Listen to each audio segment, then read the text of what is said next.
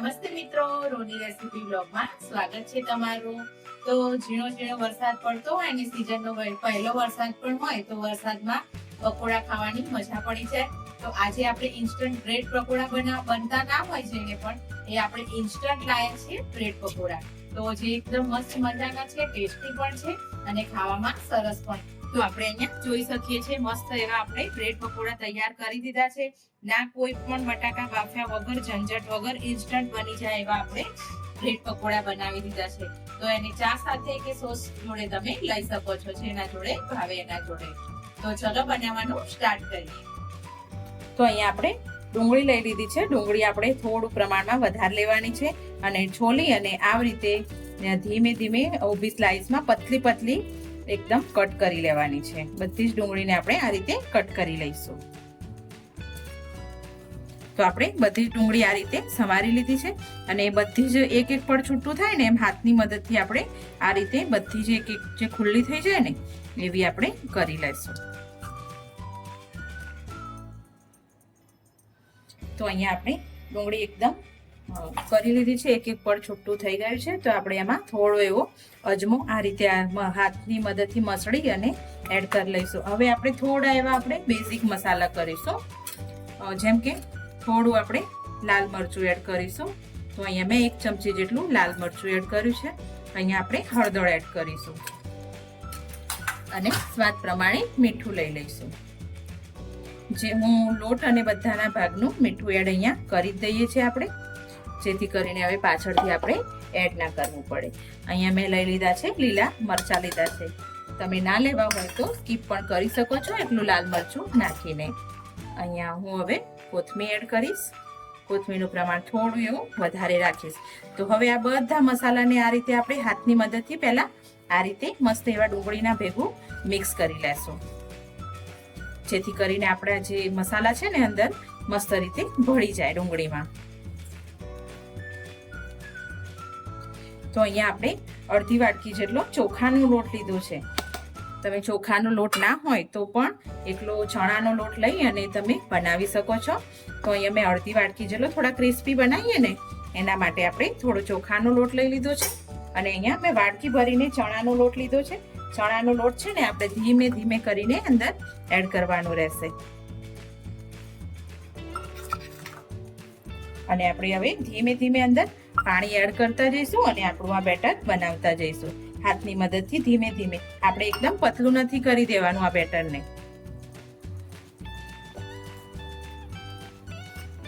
તો જુઓ અહીંયા મેં 1 ગ્લાસ ભરીને પાણી લીધું છે અને આપણે ધીમે ધીમે એડ કરતા જઈશું પાણી, જેથી કરીને આપણું બેટર છે। હા, અને લોટ ચણાનો જરૂર પડે તો આપણે એડ કરીશું, થોડો લોટ આપણે બાકી રાખ્યો છે તો આપણે જરૂર પડે તો જ એડ કરીશું, નહીં તો આપણું બેટર થઈ જાય તો આપણે નહીં કરીએ। પરફેક્ટ બની જશે બેટર તો આપણે લેવા દઈશું। તો અહીંયા આપણને બેટર આપણું થોડું આપણે ડુંગળીનું પ્રમાણ વધારે લીધું છે ને એટલે થોડું લાગે છે કે ચણાના લોટની જરૂર પડશે, તો આપણે બધો જ લોટ એડ કરી દીધો છે અને મારે ટોટલ અહીંયા 1 ગ્લાસ જેટલું પાણી ગયું છે આ બધા જ આપણા બેટરને કરતા। હવે આને આપણે રેસ્ટ આપવો હોય તો આપી શકીએ છીએ, ટાઈમ હોય તો આપણે રેસ્ટ આને આપી શકીએ છીએ, અને રેસ્ટ ના આપવો હોય અને ઇન્સ્ટન્ટ બનાવવું હોય તો પણ આપણે બનીને તૈયાર થઈ જશે। તો અહીંયા આપણે રેસ્ટ નથી આપતા, તો ચલો હવે આપણે બનાવવાની તૈયારી જ કરી દઈએ। તો આપણે આ રીતનું બેટરને બનાવીશું કે મારે 1 ગ્લાસ જેટલું ટોટલ પાણી થયું છે, તો આપણે આ જ રીતનું થીક બેટર રાખવાનું છે। તમને બનાવતી વખતે એવું લાગે તો તમે પતલું કરી શકો છો। તો અહીંયા આપણે બ્રેડ લઈ લીધી છે, તો બ્રેડને આપણે વચ્ચેથી આ રીતે કટ કરી લઈશું। તો આપણે અત્યારે બટાકાના માવા વગર ઇન્સ્ટન્ટ જ બનાવીએ છીએ। જો તમે એકદમ સરસ એવી અને પરફેક્ટ જ બની જશે, થોડીક જ વારમાં આપણે તૈયાર કરી દેશું। તો આપણે બ્રેડને આ રીતે બધી જ સ્ક્વેર ત્રિકોણ આકારમાં બધી જ જેમ કે આપણે બ્રેડ પકોડા બનાવીએ છીએ ને એમ જ બધી બ્રેડને કટ કરી લઈશું।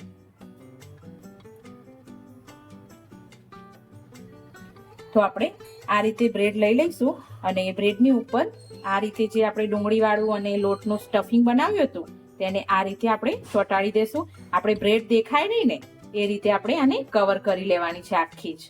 અને એક સાઈડમાં આપણે તેલ ગરમ કરવા પણ મૂકી દીધું છે. આ પ્રોસેસ કરતા હોય ને ત્યારે આપણે તેલને ગરમ કરવા મૂકી દેવાનું રહેશે, જેથી કરીને આપણને આ કરી અને સીધું આપણે તેલમાં ડીપ કરી દેવાની રહેશે. તો અહીંયા જુઓ આપણે તેલ મૂકી દીધું છે, તો તેલની અંદર આપણે આ રીતે એકદમ ડીપ કરી લઈશું. જુઓ દેખાય છે ને, આપણે એ બ્રેડને એકદમ મસ્ત કવર કરી લીધી છે. આપણે બીજી બ્રેડ પણ એ જ રીતે તૈયાર કરી લેશું.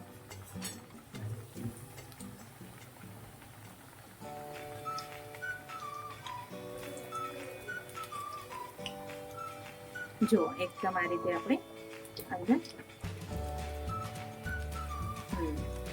ધીમા ગેસે હવે આને થોડી વાર આપણે ચડવા દઈશું.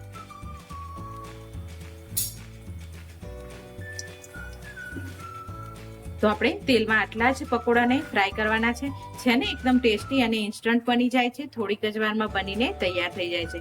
તો બધા જ આપણે પકોડા આ રીતે ઉતારી લેશું અને સરસ એવા ટેસ્ટી આપણે કોઈ ઝંઝટ વગર ઇન્સ્ટન્ટ ખાવાનું મન થઈ જાય કે બ્રેડમાંથી બ્રેડ પકોડા ખાવા છે, તો આ રીતે આ પ્રોસેસથી એકદમ જલ્દી અને ઝડપી બની જાય છે અને એટલા ટેસ્ટી પણ લાગે છે. બધાને જ ભાવ છે અને છોકરાના લંચ બોક્સમાં ભરી આપશો ને તો પણ એમને મજા આવશે. તો તમને મારો આ વિડીયો ગમ્યો હોય તો લાઈક, શેર, સબસ્ક્રાઇબ કરજો મિત્રો. Thank you.